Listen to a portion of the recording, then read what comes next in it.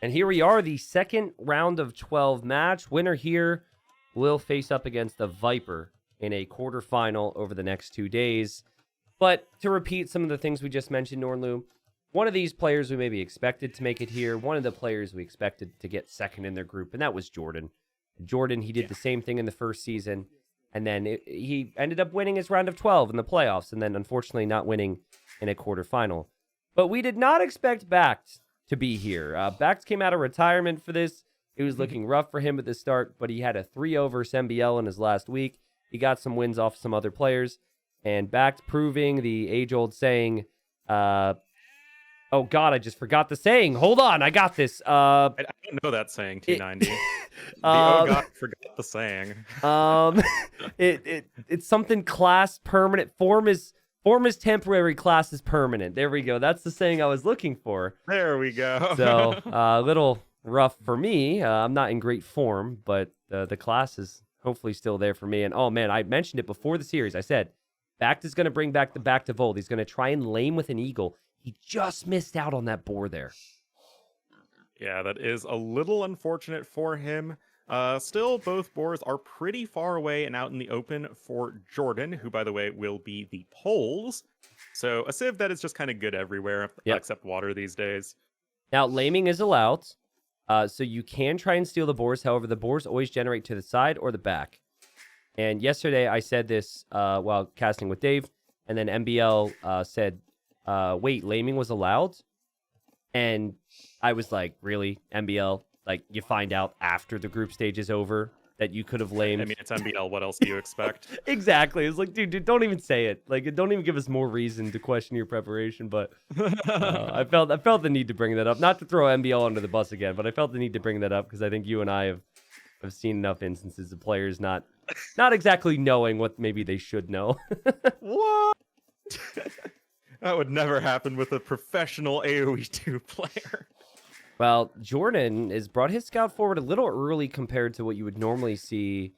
And a lot of this could have been because he spotted the eagle. I'm not sure if he did or not, but he might actually find some sheep here from BacT. So the weakness of going out for a lame and the weakness of trying to steal your opponent's resources is you're not spending as much time finding your own resources. And JorDan also is just going to miss here, but if he doubles back here, might actually run into some of this sheep here. Feels like he's looking for it. He's going to see the boar. He is one tile off from the sheep, which is a little unlucky for him. And so is BacT, actually.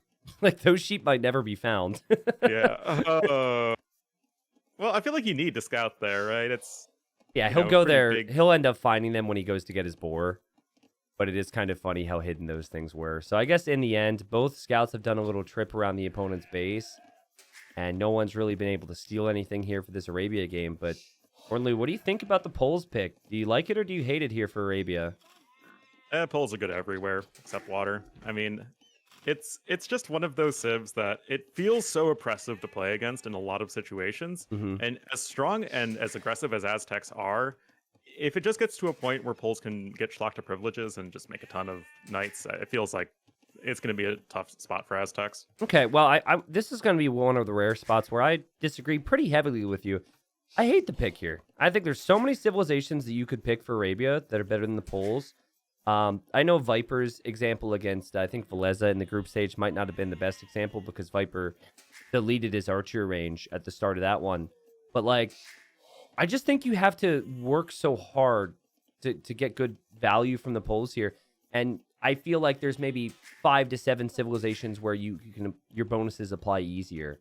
But it might be I don't think polls are like top tier on Arabia, but sure. I think in the context of JorDan's picks, if you want to play Hindustanis on Kilimanjaro, want to play Burgundians on one of the closed maps, I would rather take polls over Bengalis, Malay, and Bulgarians. Yeah, it might be.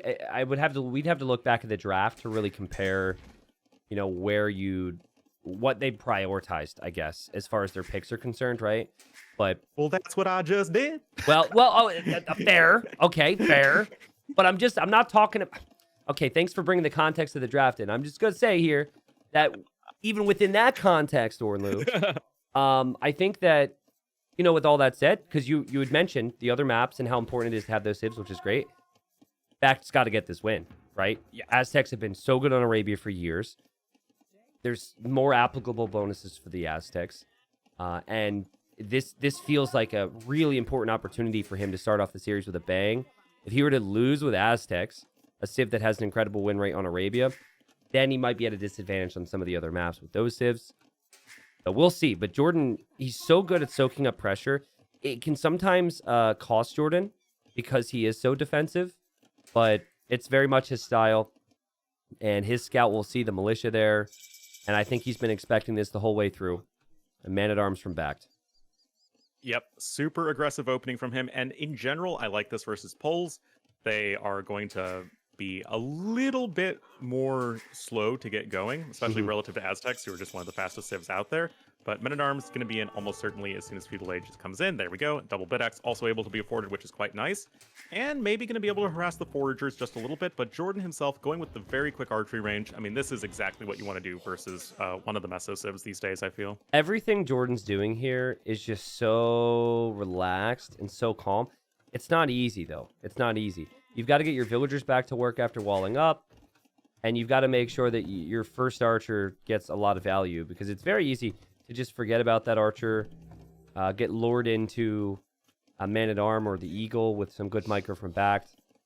But opportunities for BacT here. He has the greater army number right now. You could tell JorDan's kind of looking for BacT's archer if that were to run forward.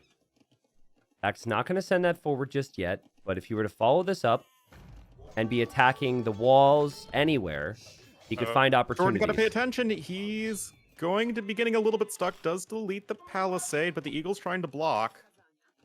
Wow, that might have been one of those instances where, oh, there's another exposed villager as well. Why is JorDan building a house out there? Okay, never mind. But well, property values are lower out in the countryside. Yeah, true. I think maybe that was an opportunity where that villager didn't die because it was a Polish villager, by the way. I think so. The regen mattered just enough there on that vill. Yeah. Well, nevertheless, archers are coming out. We're going to have horse collar in for the pole player, which is always a feels good man moment. And I mean, it's still 3 men-at-arms that really haven't gotten all that much done so far. So I think JorDan can be pretty happy with the current situation. Yeah, no, I agree with you. And it's these moments where the Aztecs need to have more success. And JorDan has just been able to defend it. He got 1 kill this game. I actually forget what that kill was at this point. Did he kill it was a men-at-arm right now. Oh, okay. I wasn't looking at it. That makes a lot more sense. I was like, what did I miss here? He now gets his 2nd kill on the eagle. And after it's all said and done, JorDan, he's not completely fully walled, but you could see him maybe shaping up to do that. And JorDan's making farms around the folwark. Not the forward one. He actually made a new folwark, which is safe. And this is what the Poles want to do, Ornlu. And this is why, JorDan picks the Poles. And some question marks over BacT's not being able to do damage yet. Well, it is certainly, I think, a moment for apprehension.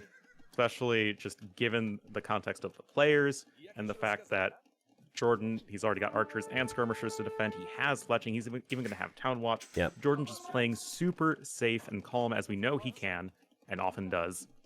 Yeah, those man-at-arms, I mean, they ran away so far. Normally what you want to do in these situations is you want the man-at-arms to be combined with your ranged force, and you circle them home. And that ranged force normally has a combination of some skirms. But that didn't happen. JorDan's been the one who's made some skirms. He's got just enough skirms to push away the archers. BacT has been known for years for sneaking armies. So he'll wall himself up, sneak some archers into your eco, kill a few vills, and then go Castle Age. But I think the more I look at this, the more I worry a little bit for BacT, though he does get his walls down. And the more I think that maybe he should, in the long term, think about something other than range units. And maybe go for the famous Aztec Eagle switch. Well, it's hard to go wrong with that. Just, 3-4 barracks, 1 TC, forward monastery, siege workshop. We've seen it a million times. Yep. But JorDan, he's going to have the archer armor upgrade. He's just so well defended for having a map that we didn't really have a chance to talk about, but it is fairly open. The gold being in the back is really handy, but still feels good as Poles just to not take any damage early on, because you know you're going to have a better eco than almost every civ out there. Yeah, again, he just made it look really easy, right? He was so relaxed this game. And I I can't relate. You know? I Nah, can't. man. I feel you. I can't relate to just how smooth and relaxed he's been able to play under this type of aggression. And for him now, I think he sensed that maybe he can't advance too far forward and that he wants to click up to Castlade, so he just falls home. But for now, Jordan's on 2 ranges. He is being even so relaxed that he hasn't even walled the northern side. He's just thinking about controlling the map with army. And there goes his scout to track to see where the army may be from BacT. BacT's going to use the market a little bit here to click up. But BacT will realize he can't move in with those archers now. He's probably continually surprised that Jordan's got so many ranged units out. Well, having the 2 ranges certainly helps, especially even though Aztecs have the faster producing military units, just not really going to be able to compete with having another range. BacT is a little bit faster up to the Castle Age and didn't have to sell any stone to do that. He just spent 5 stone on an outpost. BacT himself has not taken any damage, so I feel like it's not too bad a spot. Agreed. Yeah, I think the key here for BacT is he has to maybe resist the urge to go raid with these archers. I mean, if it works, then it's great. But also, if you lose all those crossbowmen before you have other units combined with it, it can be tricky. I see a lot of instances where players try and go all-in eagles against players that can make knights. And they'll do that, but they won't have their archers anymore. And the crossbowmen can be so helpful in those instances. The crossbowmen can also be helpful to snipe monks. And speaking of snipes, we have villagers dying on the wood line. The BacT does have another wood line to relocate to, but he lost one there. He still hasn't killed a unit. Again, Jordan's just in here, scouting around, all relaxed. Meanwhile, at home, he's got skirms waiting for any archers. Yeah, and this is just so smart. Recognizing, well, my opponent's army has to be somewhere, and it doesn't really seem to be doing a whole lot to stop me on the other side, so it's probably going to be going for a counterattack, especially because it's something that we know BacT likes doing. And these skirmishers with +1 defense are ready and waiting. There are 2 stables out already for Jordan can make that really easy switch over into the knights. Notably not going on to stone yet, so no castle ideas for Doctor privileges or anything like that just yet. Just gonna be good old knight crossbowman. Eco balance is off for BacT, and also he's up against poles with good eco upgrades. So he was late to affording Bodkin Arrow. He doesn't have an Eagle Warrior yet. You could tell what he's trying to do, but he doesn't have the combination. That said, these skirmishers, they can get some value, but they will all die very quickly here on this hill. An opportunity for BacT to push in. Jordan's not walled yet. The man-at-arm actually was attacking some of those vills. That guy's been hanging out there for a while. And this is the type of aggression that BacT was able to get some pretty decent wins with in the group stage. He's got Jordan under pressure right now. There are 2 knights out, but they only have the +1 defense and bloodlines. Jordan going to be trying to rush up these walls as quickly as possible, but they're still Castle Age units, so they're going to punch through those pretty quickly. And could be a lot worse here for BacT. Yeah, could be worse for BacT. Jordan, though, still has time to make the knights. He won't complain too much about that. He also won't complain about the fact that these are just Eagle scouts attacking him. But that said, I mean, he's not really able to continue microing. And he will lose these crossbowmen, and BacT still in a position. And remember, it's Aztecs. You can produce pretty quickly with Aztecs and go for crossbowmen or eagles. BacT could maybe do something here, but I think Jordan's kind of happy that at least he didn't lose vills. He did drop the second town center now. And this army is not exactly threatening him right now. Yeah, I feel like the crossbowmen from Jordan traded well enough that these knights can easily clean up everything else. And this is just going to rocket Jordan to a fantastic spot in this game. It's going to be ahead economically. He's not going to be under a ton of pressure militarily. And he's just got not a whole lot to worry about. The biggest takeaway in this game is just how good Jordan is at buying himself just enough time. He did it with the archers at the start of Feudal, and then he did it right there as well with those 3 houses and the palisade walls. And the crossbowmen obviously play their role.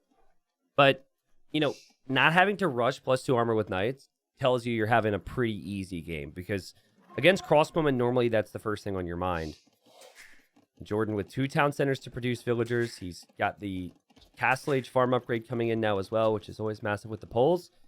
And BacT, with the way his economy's looking right now and the way he's shaping this game up, it kind of looks like he's got one more go at this. Like, over the next couple minutes, the snowball needs to start. Yeah, I mean, we've got another Folvark on the way for Jordan. Still not with an enormous army, and Try again right now. Is BacT going to be scooping up a relic as Aztecs? Always going to be great. Sanctity coming in as well. Scouts might be looking for some monk snipes, but nice movement overall there from BacT. He's got the double monastery out. He's got a big push that's going to be coming, and if that doesn't work, he will almost certainly lose the game. And just kidding, there's another town center on the way. Yeah, I mean, maybe this is a TCU build when you wanted to be pushing, but now you're not in a position to yet. So you just, since you fall back and you have to defend, you figure, well, we can't exactly afford everything, but let's do our best shot. Good job from JorDan, though. I mean, there's 3 crossbowmen even, just giving him so much extra value, and this whole attack is buying him time. I don't even think he necessarily wants to stay here forever. I just think he wants that time, and those crossbows will try and kill the monks. A very fast conversion for BacT, though, and good defense from BacT. He won't lose a monk. He converts a knight, which could be helpful. And maybe now he can start to think about pushing forward with everything else. Interestingly, JorDan's going for light cav right now. He only has 4 knights on the field, still just on the 2 TCs, but has been on them for a lot longer. His eco is looking much better than BacT's in general. Okay, there's TC number 3 for JorDan. Still not on stone, though. And that has me a little bit concerned because without a castle, there is a solid chance you could just get overrun by a massive amount of Aztec units. And if you just look at the military count, even the value, it's looking good for BacT. Yeah, I don't mind light cav. I think players are too stubborn in general. So that's good. But again, the key here for JorDan's just going to be getting his numbers up. And, you know, his 4 knights are kind of out of position. The light cav, though, they don't have to take main fights. The goal for them will just be to snipe individual monks. So we'll just see how active JorDan is. I think that TC, it doesn't excite me too much for JorDan, but I can see why he did it, because it protects an exposed wood line, and he's going to need that. Yeah, and I get the idea behind it, but not securing any stone does feel... no, he's got the stone in the back. Yeah, he's just gonna mine it there. Yeah. You're right. I mean, oftentimes players will TC it, but since that area's in the back of his base, he probably feels like he can defend that anyways. Knight from BacT looking for damage, runs into a house wall. Nice rewall there from JorDan. And JorDan sees the army from BacT, but BacT sees there's light cav. So back to, you have to keep your monks together with everything else here. This is still looking really good for JorDan. It feels like this push from BacT, I mean, it's now leaving his base, but it feels like it's taken so long. I mean, we're almost 30 minutes into this game right now. Yeah, but at the same time, if you take the front of JorDan's base, JorDan's going to run in with light cap, but if you take the front of JorDan's base, there's a lot of crucial resources there. That could be really strong. I mean, there are only 6 knights here to defend, which does not really feel sufficient in dealing with this army of BacT. A couple light cav are able to snag a villager. Don't think they'll be doing too much more than that. And I mean, there's still a lot of monks right here, and a lot of this is going to come down to BacT's monk control. Chain barding armor is going to be a really important upgrade, but if you're denying the food income from poles, that feels like a great way to get victory. Look at JorDan's eco balance, 35 on wood. This is the thing that's so tricky with JorDan when casting him, is, as the light cav come in, we'll hold that thought. The light cav are coming in. That's not enough light cav for Aztec monks. The thought was there, but the execution's just not. Just going to say here, and I'll finish my thought before the next fight begins, but JorDan's passiveness is due to how well he likes to play towards his eco, but it can haunt him in these moments. He had such a nice position to be aggressive with army early, and then he just fell back. And now he could lose his stables, he could lose his archery range, he's going to have to make more buildings, and it's not easy to make good decisions in these moments. Yeah, and of course, monks proving that they are the best siege unit. We could see some Shotladdle warriors. Let's go. Let's go. I don't think you should do it.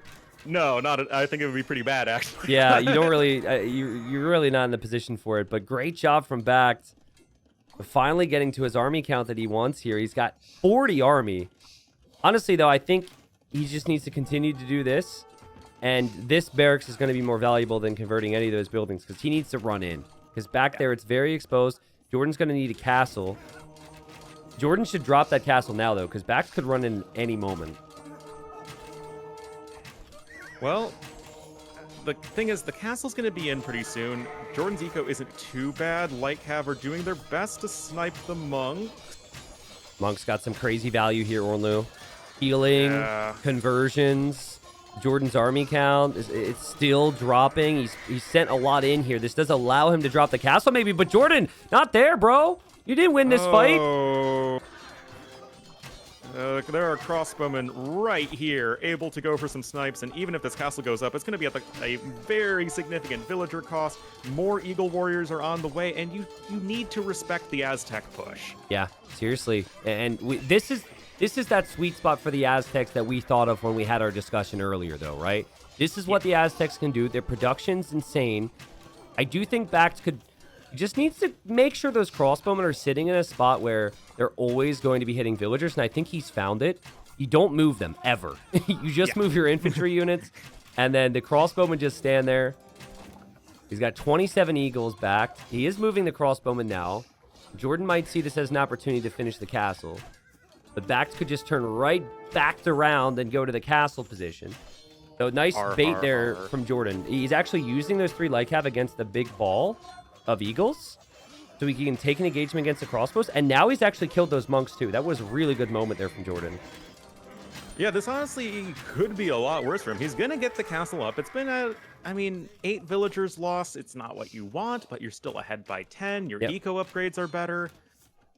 Looking to go for these counterattacks. Looks like the walls will be not... Oh, I feel like he could have taken down that gate. And there's Schlock to privileges on the way, and this is where Poles are just gonna start to look silly. Well, I think BacT is going to try and go Imp. His resources are certainly looking like it. What an interesting game. I mean, the start was very slow, and it felt like, oh, this is just inevitable. Jordan's the bigger name. You know, Jordan's just playing so smooth with the Poles. But still 40 army versus 11. And Jordan, he does have 6 stables, but he doesn't have over 10 knights yet even. And Pikeman's now on the way for BacT. I think normally when someone makes a defensive castle like this with all this eco behind it, what you'll want to have a forward castle so you can treb that down. But that is a little different against the Poles here, Ornlu, because the Poles, they don't care about the Imperial Age. They could just make too many knights for you to deal with. Exactly going to be the case, but Poles also have their Obuk unique unit, and they're going to be super strong against Aztec infantry that aren't named Jaguar Warriors. And those aren't too likely to be made in this game. Yeah, that's true. Crossbowmen will be helpful. Obuk are a bit weird. Like, they actually have high pierce armor, which is unlike units similar to them. Like, I think a majority of other infantry units are going to have, like, 4 or 5 pierce armor, their unique unit in the Castle Age. I think these have 6 in Castle Age, or maybe that's Imp. I don't know. You know the stats. 2 base pierce armor, so it's the same as a knight. Okay. They in fact have the same exact armor as a knight. Yeah, gotcha. But, I mean, the crossbowman's still going to be helpful right now. Jordan's not heavily committing towards those armor upgrades. The key here, again, for BacT, I mean, he's going to be under some massive pressure from these knights, is BacT just needs to get a forward castle down, and he's got to have way more pikemen. You've got to have, like, 30-plus pikemen with these monks, I think. Oh, yeah. I mean, already we have the knights outnumbering the pikemen, and anytime a pikeman just hits an Obuk in a big mosh pit fight, it's doing almost no damage. So you really need to make every single unit count here. You need to really overwhelm your opponent with numbers. Now, Jordan isn't too close to the Imperial Age, but he is really churning out a big army. And this feels like, well, okay, he's going to be running in now with some knights. Oh, there was a whole... Yeah, it just feels like it could be so overwhelming, right? It's crazy. Like, in no other instance do you think, yeah, it makes sense to spam knights against monks and pikemen. But with the Poles, don't care. Because the knight is so cheap, you can do it anyways. And oh my god, a massive fight in the middle. What in the world is this? It should, I think, be a big win for Jordan. Again, the pikemen are poking at Obuk right now. That is just, they aren't doing anything useful. So many units right now are going down of BacT. Jordan looking in a really strong spot. Happy Imperial Age BacT. You really don't have a lot going for you at this moment. No halberdier even with the civilization. How fast do these Obuk produce from the castles? I mean, Jordan's been producing consistently, but out of one castle, he's got 15 on the field.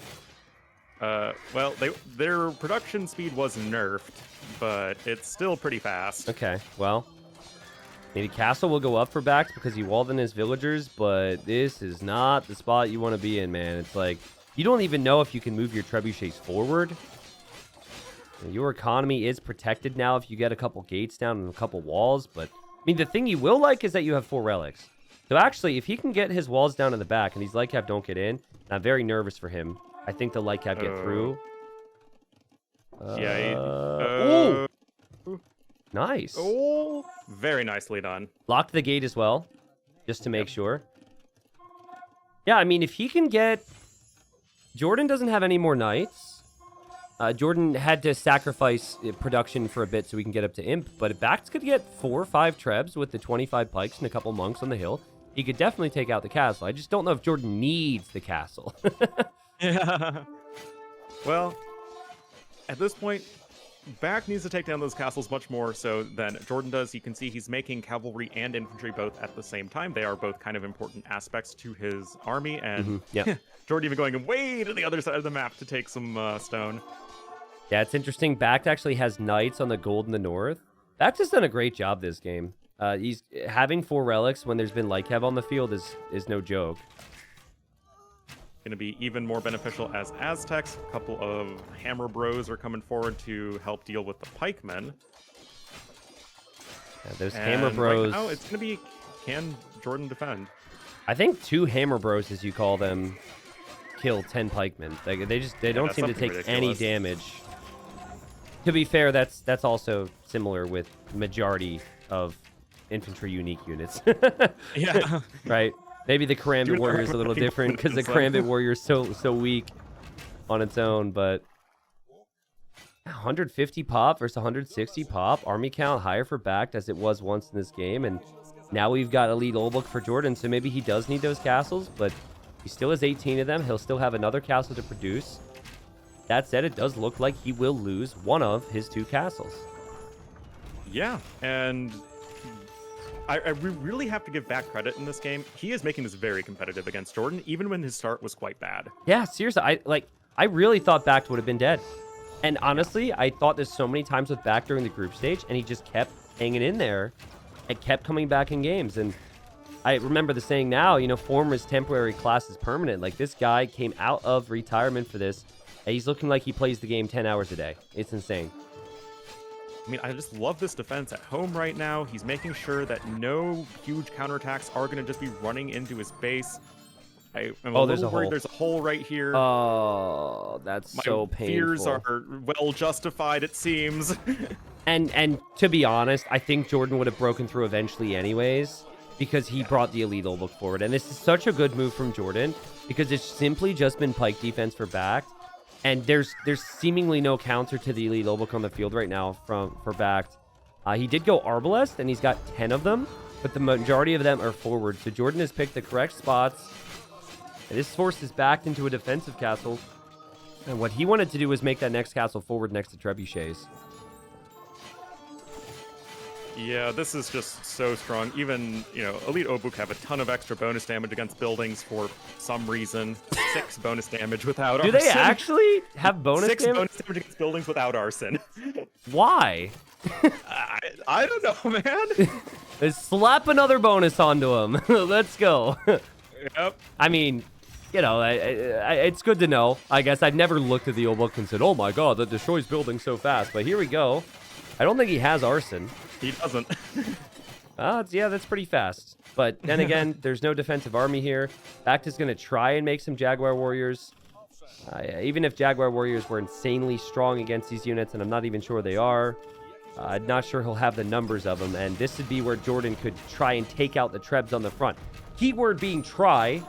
Can he get the numbers in? It looks like he's got mainly Arbalest to deal with now, so he's going Winged Hussar. He's going to loop in right now, Ornlu. Oh yeah, this is going to be a big fight. Not having that upgrade in is a little bit weird, but of course, JorDan just feels like he really needs to protect this castle as much as possible. One Treb falling, other ones looking like they're about to go down as well. There is Blast Furnace in, which is nice and helpful. And of course, the Oldbook and Winged Hussars together can easily clean this up. We have a massive population lead here for JorDan, and he is looking quite solid to take game number 1. Yeah, it does seem like he's just going to be able to pick BacT apart from here. BacT had an amazing push going, but he can't afford a whole lot else here. And JorDan maintained a really healthy economy, even after losing a town center, losing a castle. He just has farms everywhere. He'd expanded. He will take the gold in the north now after clearing up those knights. And I think there's question on if BacT would even have the army comp to deal with the Poles. But again, the big thing is also just, man, you can just make so many units And JorDan, he's literally spreading his wings, and he will fly now in the south. And the next wave for JorDan will probably just go to the north. And BacT knows it. It was a great game here. Yeah. I really thought that JorDan's start was so clean that there was no way he would lose. But BacT's aggression was great. But again, anytime you look at JorDan and think, oh, this is a little underwhelming for the moment, he's just expanding his eco, playing a bit defensive so he can win again in a later stage. And in the end, I think stopping the night production and switching into the elite Obelix when he did was perfect. Yep, able to make that counterattack happen, really just put a stopper in all of BacT's aggression, just able to hold on at home, do a ton of damage on the counterattack, and just ultimately be the one with that more powerful army composition. Mm-hmm. And, I mean, the KD really speaks for itself. I mean, JorDan was just crushing his opponent's army at the end and having, almost no losses. Pretty crazy that the Aztec player got 4 relics in this game, and they still got smashed, right? Yep. But, JorDan, he seemed like he gave up a lot of map control in order to expand his economy in this one. And just buy his time to get the farms down. He's got so many full works here. I know they don't all have farms around them, but the majority of them do. I see 9 full works. And it was just the type of start you would want for polls here. I think the Aztecs, regardless of who's controlling them, I think they're just going to be disappointed that the Polish player can simply just open with 1 archer range and not take damage. It wasn't awkward for JorDan in the slightest. So I kind of circle back to that moment, honestly, because if BacT could have had a more aggressive build and found more damage in Feudal, his Castle Age was great. And he could have found that position in Castle Age much faster had he had a stronger Feudal. But a great game for JorDan. And that's just JorDan, man. Nothing crazy or surprising at the start of the game, but he's always playing solid and consistent. And when you have some of the tools available that the Poles have, if you can get there, it's hard to stop. Indeed, it is. And that is exactly how JorDan works as a player. It's how Poles work as a Civ, and just executing it as well as he needs to. And that's just what we can expect from JorDan. And he is showing up, as he always does. Yeah, I think BacT also showed me enough in that game where I think BacT can get some wins off of JorDan today, right? Here we are, game 2. BacT's looking to respond in this best of 5 in the round of 12. Again, the winner here will be facing up against the Viper in the quarterfinal on Thursday or Friday, which I think either way you slice it is a classic showdown. Yes. I know JorDan and Viper are good friends. Everyone sees them more and more these days than maybe BacT. But BacT and Viper had some crazy sets back in the day too, 2014, 2015. But BacT has gone for teammates. The Chinese, dude. Yeah, they were everyone was teammates. To be fair, back in the Tyrant days. Yep. Yeah. Well, Tyrant was pretty OP back then. Yeah. So what was it? It was Tyrant Legends and Tyrant Warlords. It was basically the top 2 teams featuring all great players, except for the players that were Chinese.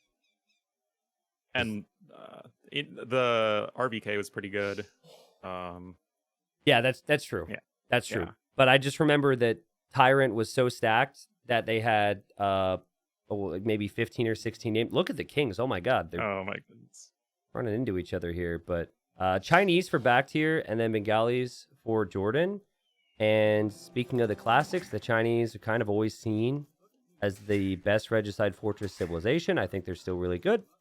But they finally have a civilization to maybe compete with them here. Yep. And Bengalis, I mean, it's hard to have a civ that's better than Chinese economically on Regicide Fortress, but Bengalis at least I think are going to do a pretty good job of keeping up. Yep. And that is exactly what you need, because Bengalis should have the much stronger late game. I mean, they have all those elephant units, and Chinese might struggle a little bit to deal with those. Yeah, I think the BacT comes in here with a lot of experience in this matchup. He played against, who was it? Draken. It was BacT versus Draken, and Draken was Bengalis and BacT was Chinese. And we had, of course, an incredible mid game from both, lots of economy, lots of map control, fighting for relics. But BacT, he basically took a page out of the Cuman book. It wasn't a 2 DC boom in Feudal, obviously, but it was a standard boom into tons of map control with Chukanu and forward castles. And I just look at this middle hill here, Ornlu, and that's all I can think about. Yep, it's like basically smack dab in the middle of the map, right between the two players, and having a castle there, especially as both of these civs can go for powerful ranged units, and those can just make better uses of hills in general. It feels like it could be a real focal point of this map going forward. Okay, so we've talked about Bengalis and Chinese a lot. And I'm sure we'll even do more of that. But I know you covered a bit more Gold League than me. And I wanted to say that I really enjoyed watching your Gold League coverage because for me it was like 8 hours of Platinum coverage, and then I would end for the day, and then I would load up VODs of what was happening in Gold League or look at results of what was happening in Gold League to try and keep tabs. So thanks for that. I didn't show up in chat or anything, as sometimes I just prefer to be silent. But it was cool to watch some games, and I wanted to ask if there was anything that you saw in Gold League in terms of the Civ selection on Regicide Fortress that was a bit different from players in Platinum League. Well, first, thanks for hosting this tournament. I really love the league format, and I think it's great for Age of Empires, just like the pro scene. And I did enjoy casting Gold League quite a lot. And what I saw a lot of, sure, we saw the same stuff, Chinese, Bengalis, humans, all that, but we saw a lot of like arena type civs. So we saw a fair amount of like Bohemians, we saw some Turks, and civs that might not necessarily be associated with this type of closed map. Still think that there's a lot of there is more viability on Regicide Fortress than I think some people might think. Okay, yeah, I remember Turks Humans. There was Repard versus Gabby. That was a pretty crazy ending there. Oh my god. I actually think it was this might not even been TTL. I forget if it was set in TTL or if it was the Chinese players did some type of tournament, but I think it was Vivi Licks. We saw like Turks at one point. Yeah, I guess it's interesting that we haven't seen Turks. I guess everything for the very top players has always revolved around getting to imp fast, and so no one really wants to have a unique unit that costs food. But yeah, that's cool. I also, at one series, I don't know who it was, but I just remember seeing it. Someone went for the Burgundians, which, as you said, is more of an arena style pick, and I just haven't seen enough of it to know how I feel about it. But it feels like it should be a pretty strong civ here too. Oh, Burgundians definitely are top tier. I mean, for similar reasons to civs like Bengalis and humans, you just get your eco upgrades early, and you're so far ahead. You have a fantastic unique unit, and it's just the power level of Burgundians is just so high that I feel like you can just put them anywhere, especially on maps, late game focused, and they're going to shine. Yeah, there was a game from Dragonstar where he tried to go fast at monks with Burmese. Oh, yeah. Which is actually that was a strategy he carried over from Arena from the first season when he was in Platinum. I don't know if you ever spotted the game, but Dragonstar went very late castle time, so it was like 28 or 29 pop, into fast imp, 1 TC. It was going to be castle drop at home as you're building to go up, and then like triple monastery monks. And Yo went siege tower crossbows with Burgundians, expecting it, and denied the castle. And Dragonstar still almost won that game, which is what was crazy. But yeah, I know exactly what game you're talking about. It was a fun game. That was wild. Yeah. Okay. Well, back to this one here. It's just we have the downtime. Why not discuss some things, right? BacT is on TC number 2 at the moment. And he has also gone for the monastery here. Some players will wait to add the monastery until after their third town center. BacT chose not to. The third town center is slowly on the way. And we have the scouts engaging in the middle. BacT having a Chukunu on the field, so that can help. JorDan doesn't have a Ratha on the way. I think Rathas are actually a little bit more expensive. Or at least they are. I feel like they should be. They're higher HP and they're faster, so they should be. They're 60 wood, 60 gold. Okay. And the Chukunu, I don't even remember. It's like 55, 45 is my guess. I think it is 45, 35. Okay. Yeah, I have zero clue. I know it's cheaper, and I go by feel with that type of thing, but they're cheaper than Rathas for sure. Okay, well, it makes sense. And so backstacks are going to make quite a few of them, but I think in the long term, this is extremely important here, right? 40, 35.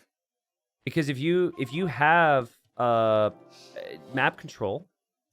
That's helpful for the relics, but that's also helpful for that middle area. And in fact, he doesn't know exactly where the castle is, but as I've been repeating every single cast, the castle's always on the front here. And that was an intentional change from us. It was not to promote the fast imp play necessarily, but it was just to have avoid situations where players would have a main gold that was not covered by a castle or not covered by their towers. We just wanted the castles and the towers to actually be helpful all the time. And that also has just led to people adapting the strat. So I guess we'll see. I think you should have gone back to the old Fortress script, which had huge lakes everywhere. That is pretty bad. Massive lakes for one player in the back of their base so they can fish boom, and then the other guy doesn't have water. Yep.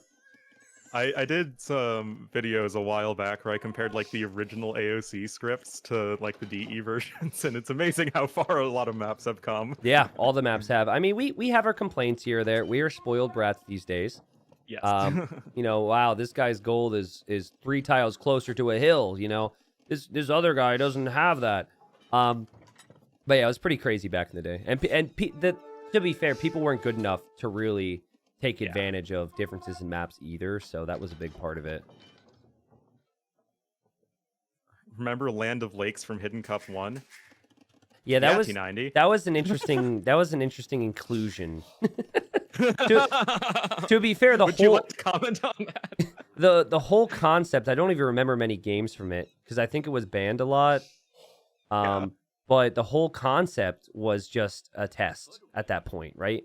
The tournament concept, but also the map pool was just like, let's give this a shot. This sounds pretty silly, and some of it stuck, but not obviously not the map.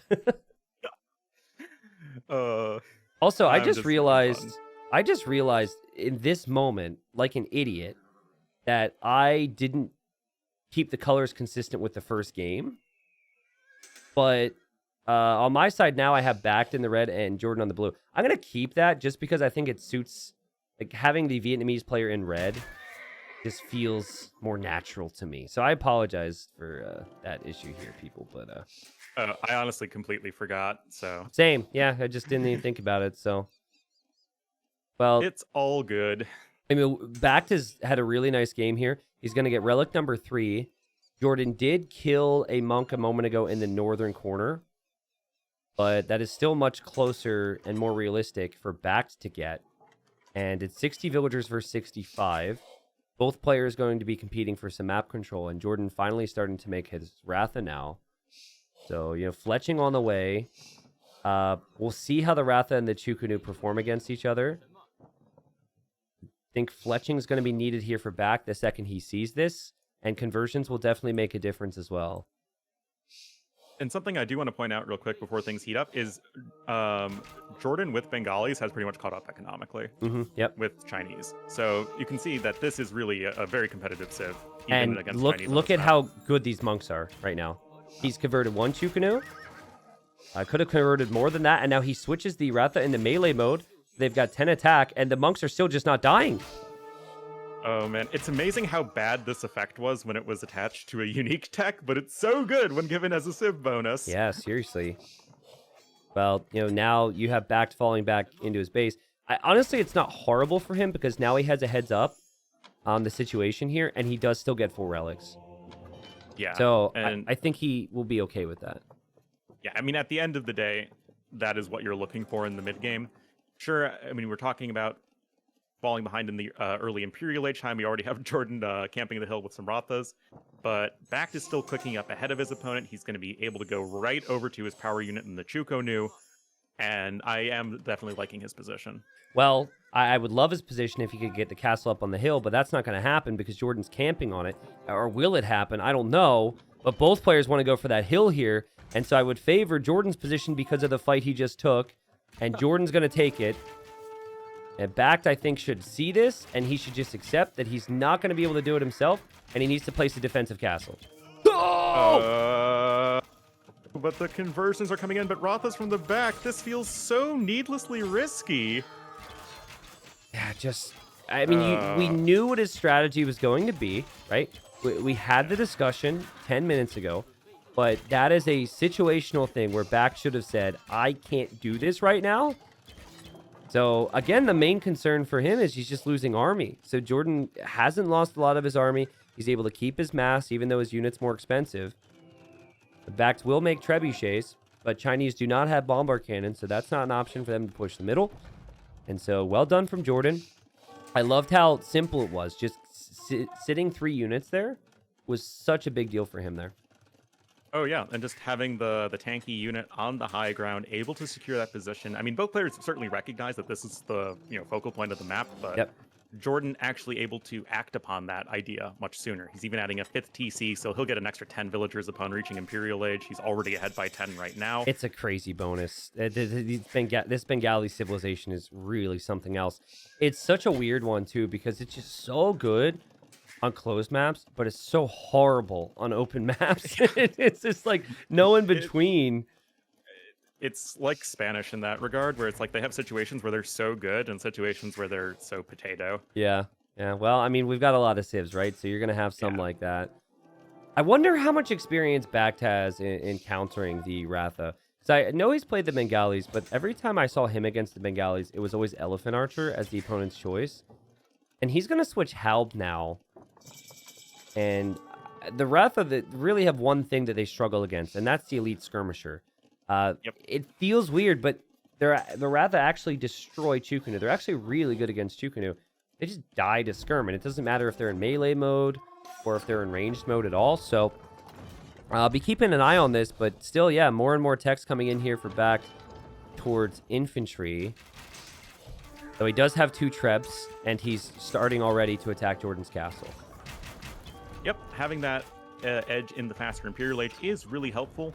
JorDan himself getting his first treb out, and he does have the high ground, which is going to make it easier to defend and attack. I really like the Rathas on the side, just poking away at those lumberjacks. And although I agree skirmishers are much the preferred counter to Rathas, Chukunu Halberdier is still the best army composition in general for BacT. Yeah, that's true. I don't think I can hate on him too much for really wanting to go for that. Yeah, that's true. Because the other thing, too, is if you just go Chukunu skirms, your opponent could just go skirms themselves and just be just fine, right? And make you do one elephant. Yeah, that's true. Like, they still... You're kind of leaving yourself more open to the counter, whereas this is a varied army composition where you have a combination of range, combination of melee, which is generally what you want. And JorDan's sinking a lot of stone into repairs here. He's just using his trebs to take out BacT's trebuchets, and he finally gets one here. I feel like that was a mistake from BacT. If he had just kept this treb alive, I mean, his trebs are hitting something useful 100% of the time. Yeah, but whereas it should be around 15% for JorDan. Sorry, I don't have numbers associated with this Ornlu, and maybe it's something I should look at more.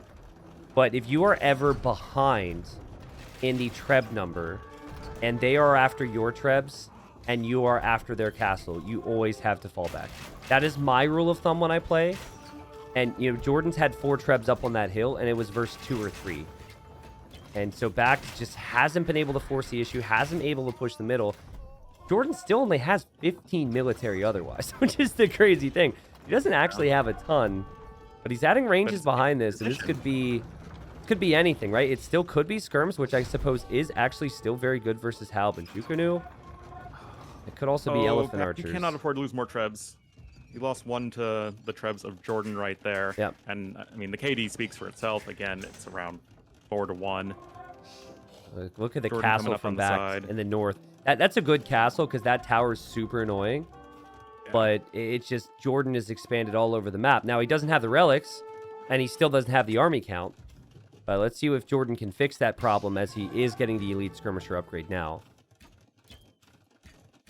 Yep, and he's on 152 villagers. He can, of course, pick up Mahayana to give himself even more pop space to work with. More upgrades coming in. Yep. More castles going to fall down for BacT. That JorDan's just taking better fights this game. He's had so much control. He hasn't really been troubled. And so often on this map, it's all about early imp pushes with trebs and army. Oftentimes ranged army, and it seems like the ranged army for JorDan is just the stronger of the two at the moment. Well, it has over 1,000 HP on it, which is pretty handy, but still, Chukonu are really strong. Skirm's trying to help out as best they can, but one castle does fall, and that is certainly a big issue for BacT. The army values and numbers are all getting closer. And even if you take out the castle here and lose all your trebs, you're happy with this if you're Jordan. Oh, yeah. You've taken out so many castles at this stage. This game goes on longer, you should be okay, and I don't know. I mean, BacT can't really go for a Desperation King Snipe. I know people want to see that, but I don't see that being a possibility. BacT is trying to go for Rams, which I don't hate against this comp. In fact, if it were Siege Ram, right, with Halbs and Chukonu, I think that could have worked quite well. You just don't have the time. But yeah, just don't have the time, and by the time he would get that, he wouldn't have any of his other units. And again, he continues to lose trebs, and feels like he's lost as many trebs as he's lost Chukonu this game, Ornlu. Just hasn't been able to make it happen. I feel like this is one of those situations where if BacT had villagers there to repair his earlier trebuchets and he didn't lose them, this game could look very different, because Jordan was low on army numbers for quite a while. If he loses that hill, BacT able to more cleanly assert 2 to 3 castles, able to go for the Chukonu Halb army that is just his best army, and I feel like that is probably where Jordan is going to start to struggle, but Jordan just playing way too rock solid and able to take control of the middle. He had his vills to repair his own trebuchets, and that was certainly quite helpful in keeping them alive. Well, also, right at like 18-10 here, I'm just going to replay this moment. This is a crucial moment in the game. BacT has more military, and then a couple minutes later, or maybe even a minute later, Jordan has mopped up the first wave of Chukonu. And it was with conversions and a couple of attacks there with his Ratha. And then, to make matters worse, BacT then tried to force the issue there on the hill later on. And I don't know how many Chukonu BacT actually had in this game, but I know there were various instances where he was up to 10, and then he went back down to like 2 or 3. And that is what hurt him more than anything. Because when he was losing those fights, fighting up that hill against Jordan, he still had more army. Yeah. Imagine if he would have conserved those numbers, or imagine if he wouldn't have been out in the open there, if Jordan wouldn't have found him, then maybe he could have contested Jordan's castle. He could have denied that castle, placed the castle there himself, and then the momentum changes. So this map, with those castle positions always being on the front, it's often about middle control. BacT's not having Fletching and Bodkin. And then also, I think just the raw stats and power of the Ratha carrying Jordan was enough. So it's a good game. Another game where I think we've seen some signs from BacT. We know why BacT deserves to be in this round of 12. But just some calm consistency from Jordan that BacT is going to have to find a way to fight through. Here we are, game number 3. Let's see if BacT can turn it around. Remember, it looked bleak for him in the group stage. Oh, there's a pause. There's one. There's one. Like right away. Yeah. For those that missed it, Ornlu and I took guesses on how many pauses from BacT would happen within this series, and I guessed 2, and Ornlu, I think you agreed with me, and then you just guessed 3 for the sake of it. But yeah, BacT's got to find a way to turn this around. I believe in him. He got wins off of Leary. He 3-0'd MBL. He can absolutely get a win or 2 off of Jordan here to start the ball rolling. Yep, and it is going to be, I think, a little bit of a tricky Civ matchup to do it in, though. He's going to be the Red Berbers here to the east, and Jordan is going to be the Hindustanis to the west. Did you happen to see the... And I say this, by the way, knowing that you cover a lot of these games, but I don't know what everyone else covers. It was the Barrels versus Sato series? I actually did not cover that one. Okay, so crazy series, by the way. It was awesome. Absolutely worth the rewatch. It was super cool to see a clash of styles of a player like Sato. Oh my god, wait a second. Yep. We have a lame. There's only one elephant for each player on this map, and BacT is stealing the elephant from Jordan, so we'll put this conversation on hold. Jordan's looking to find this right now. Oh, but he doesn't know exactly where BacT is, so he doesn't know the trajectory that he's going to take. Well, BacT tried this in the first game, and now Jordan will be able to see the elephant in the fog, but it might be too little too late. And this is actually going to be, I believe, our second boar, or in this case, elephant lame in the entire season. It has not been common at all. And I think BacT will make it. And he actually hasn't lost much HP on his scout either. How did he do this? Long experience. Yeah, seriously. I mean, this used to be a lot more common. Also, players got good at doing this in like at 250, 300 ping. Yeah. So in the peer-to-peer days, they really honed their skills. And will take an additional hit there, I guess, on his scout. But he will take the elephant for himself. So now it's an Arabia game. You get 2 elephants. you get your sheep. You have your deer or zebra, I guess. You have the shorefish here. And JorDan's gonna struggle for food at the moment. Well, he does have that nice discount on his villagers, so that at least mitigates the loss to some degree. But I mean, not only not having the second elephant on this map is certainly an issue. He also has had a scout forward, which means he has not been pushing his zebra. Yeah, he knows where they are, and he could mill them, honestly. But that's a lot of milling to do. Yeah, JorDan's gonna have to go home and push in some zebra here. The main thing here is you want to be in a position where you can get your eco upgrades off of a 20 pop up time. You don't have to go 18 or 19 pop. You don't have to be really fast. But if you can do 20 population still, and then be able to afford your wood and your farm upgrade with everything else, you're still okay if you're JorDan. And thankfully for him, there is the shorefish that he's been taking. So he actually has 4 villagers there, whereas a lot of other players are only going for 2 or 3. But BacT trying to do what he can, man. Like, you know, this is a good way to get momentum back in the series. The risk that comes with laming, obviously, is you might not find your own resources when you go over there, or that you could lose your scout or lose scout HP. Yeah, it's there is a little bit of risk associated with it, but it feels like the risk reward. If you just see the elephant hanging around, especially on a map with only one, it just feels so natural to go for it. Well, I remember the first game, he was a couple tiles away from seeing a boar that I think he would have taken, and so no laming occurred there. Here, if you look at what he scouted, I mean, he somehow just ended up right next to that thing, and he didn't hesitate at all. And that's what you need to do. You need to have that sort of killer mindset. Mm-hmm. Yep. Just take every single advantage you can get, especially in a situation you're down 0-2. You're not the favored player in general. And you have to weave back and forth there. But not as much, because the elephant's actually a little bit faster than a boar. Or so I'm being told. Not technically. They have the same movement speed, but there's less ending lag on their attack than a boar. So after a hit, they'll run after you faster. After a hit, they'll run after you fast. So there's not an actual movement speed difference? I know that attack animation's always been faster. Yeah, that's it's the animation and the actual attack is faster. Okay, someone said elephant is 1.0 speed and the boar is 0.8 speed. And I have no way to verify that because I can't click the elephant now. No, boars are faster than villagers, and villagers are 0.8. Ah, okay. All right, yeah, I guess they hit. All right, well, anyways, doesn't really matter. It's still kind of difficult, right? Players at this level make it look very easy, and you've got to do everything else right at the same time, which BacT has done. He opens with a stable. And if he can get some walls down here, Ornlu, I know eventually you need to expand on this map, but it is an amazing map. His berries and his gold will be snug right behind these walls.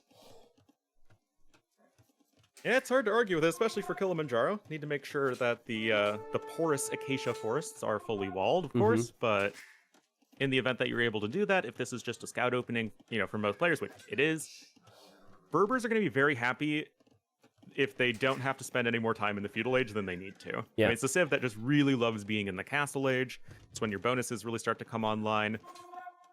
And it's going to be tricky, because I don't know what you think about this matchup, T90, but I feel like Hindustanis have the better eco and the better units.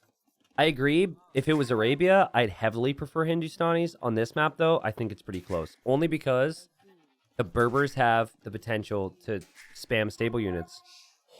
And, so the game... So I got interrupted by the lame earlier, but it's now come back to me. The game that Sato had played against Barles. Barles was Lithuanians.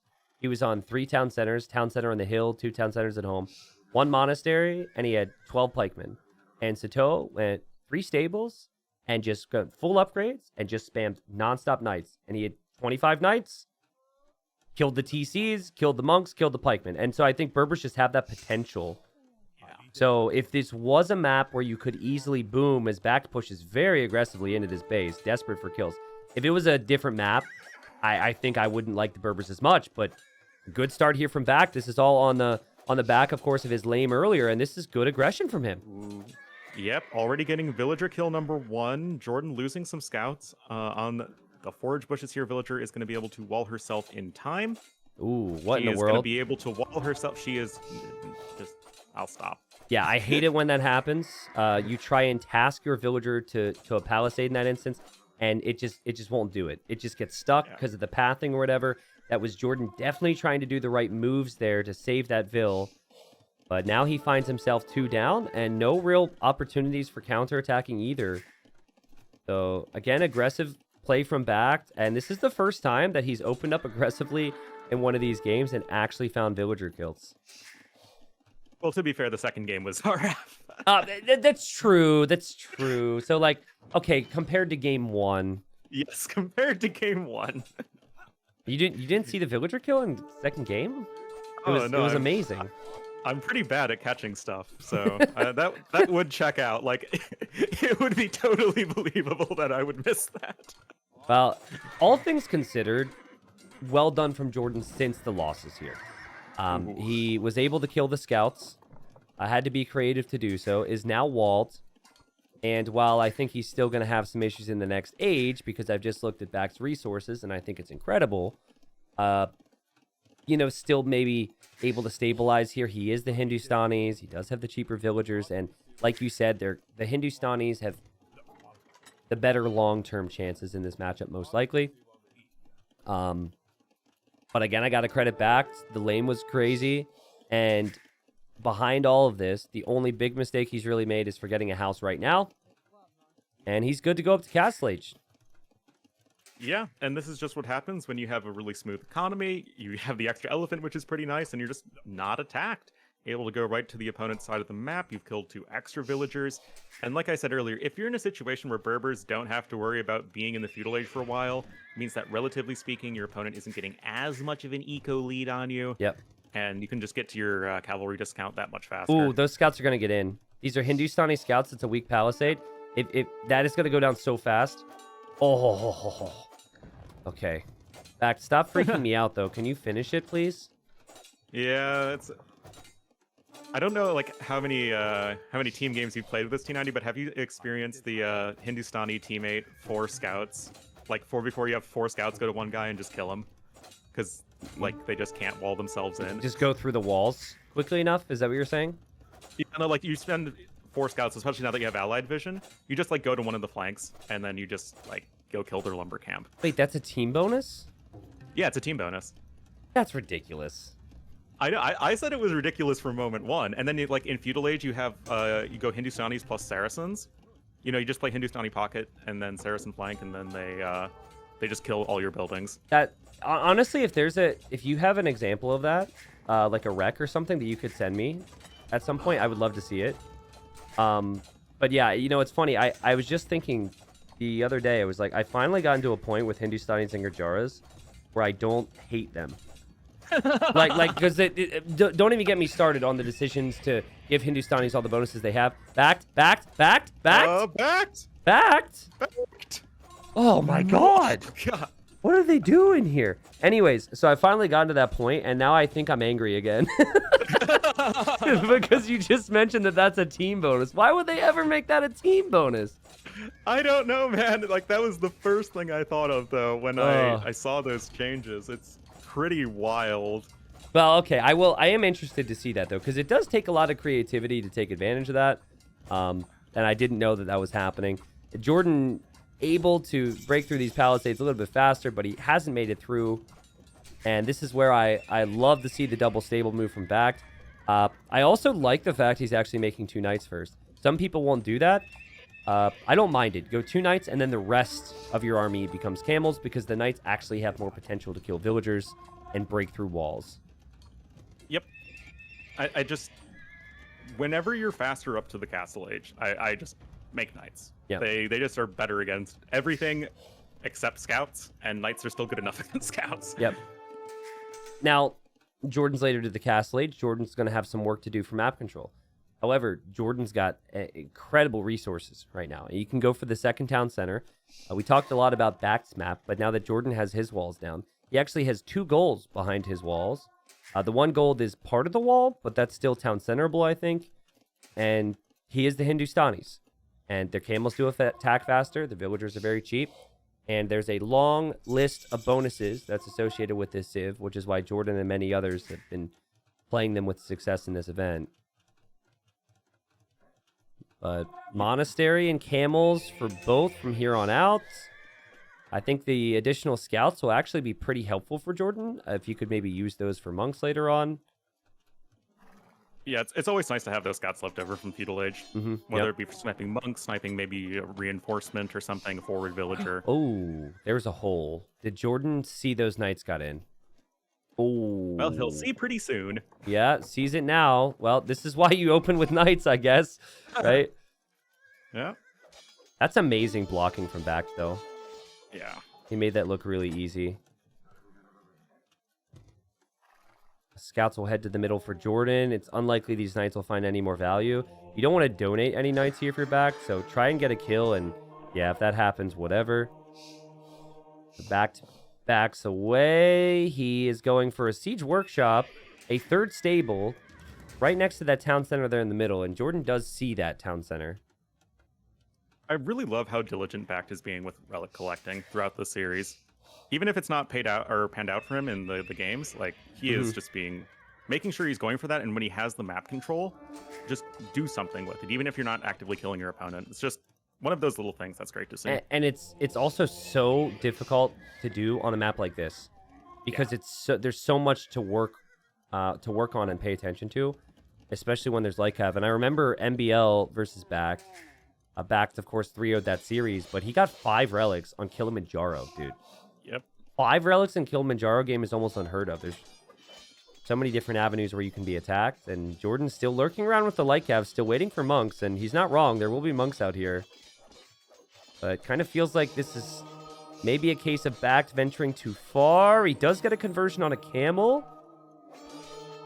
And Jordan will do the same, and camel fights are awkward, man. Camel fights are awkward. I'm going to lean towards the Hindustani camels here because they attack faster.